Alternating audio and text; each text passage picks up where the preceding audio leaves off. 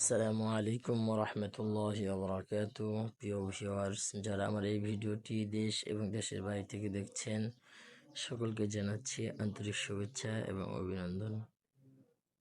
আজকে আমরা চলে আসলাম আমাদের ঐতিহ্যবাহী পদ্মা সেতুর বেড়িবাঁধ এলাকা, যেটি আমাদের বাড়ির পাশে অবস্থিত। আলহামদুলিল্লাহ, এখানে আমরা প্রায় সময় আসি, বিশেষ করে বিকেল টাইমটা এখানে আসা হয়।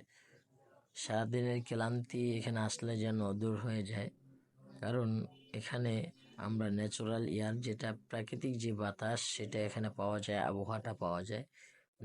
নদীর পাশে সুন্দর বসার জায়গা রয়েছে, এখানে মোটরসাইকেল সহ বিভিন্ন গাড়িও চালানো যায়। অনেক সুন্দর দৃশ্য, মনোরম দৃশ্য আপনারা দেখতে পাচ্ছেন।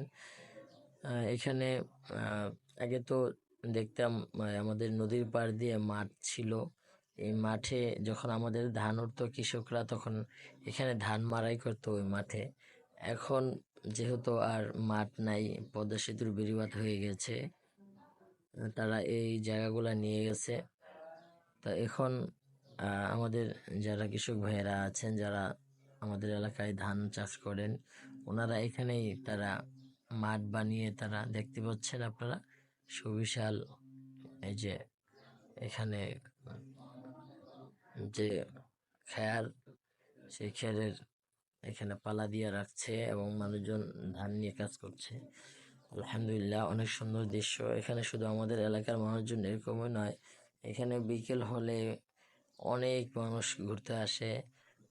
তাদের খুব ভালো লাগে, কারণ এখানে একদিকে নদী রয়েছে পাশে, এত সুন্দর জায়গা।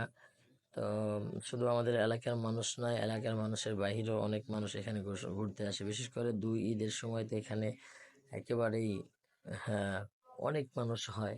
তা আপনারা যারা আমাদের এলাকার বাহিরে আছেন, তাদের দাওয়াত রইল আসার জন্য।